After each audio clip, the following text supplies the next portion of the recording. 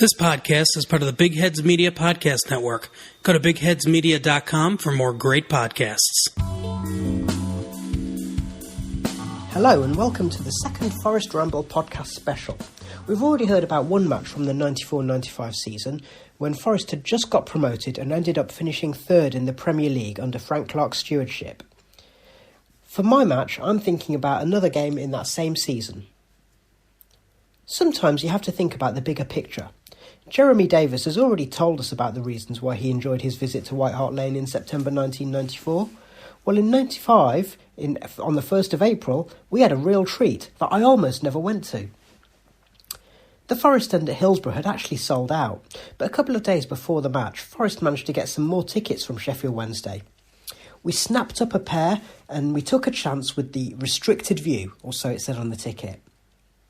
Somehow my brother's yellow Fiesta made it up the M1, and although we took a wrong turn off the motorway, we followed a car which had a red and white scarf hanging out of the window. That's what you did before sat-nav. Our restricted view seats were actually on an open terrace, but the weather was bright and sunny, so we were okay in that respect, and you know what? We could see both goals just fine. Forest actually went into this match unbeaten in 7 games, and coming off 4 straight wins in which they'd scored 12 goals in the process.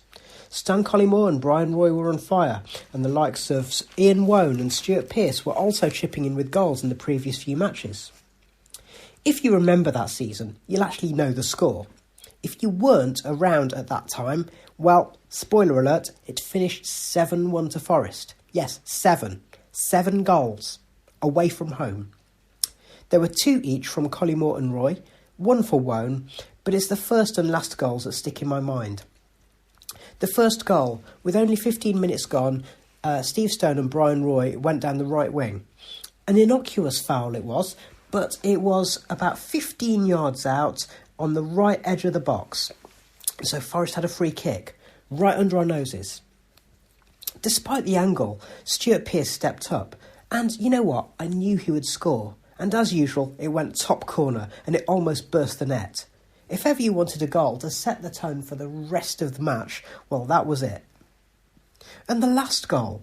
Well, former England winger Chris Waddle got robbed in midfield by the future England winger Steve Stone, who was still looking really eager and hungry even after 86 minutes and at 6-1 up.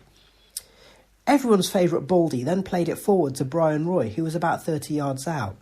The Dutchman laid it off first time to Lars Bohinen, who was on the right edge of the D, running in.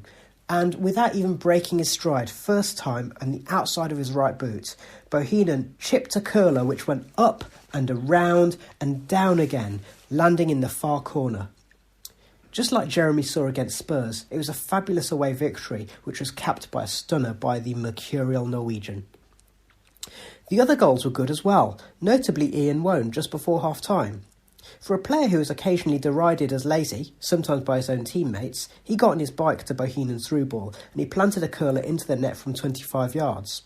It was very important, as after the match I distinctly remember saying, it was only just 2-0 at half-time. In the traffic on the way home, we actually had some Wednesday supporting kids who were on the bus in front of us trying to taunt us.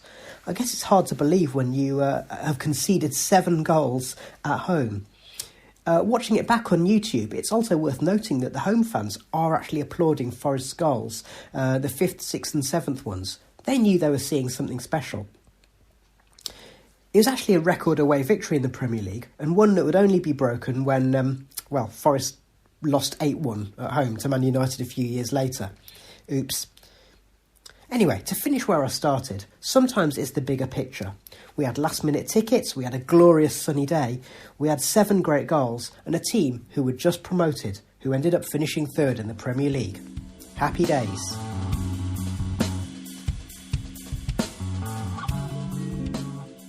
And welcome everybody to what... Wait, Bryan, what are you doing?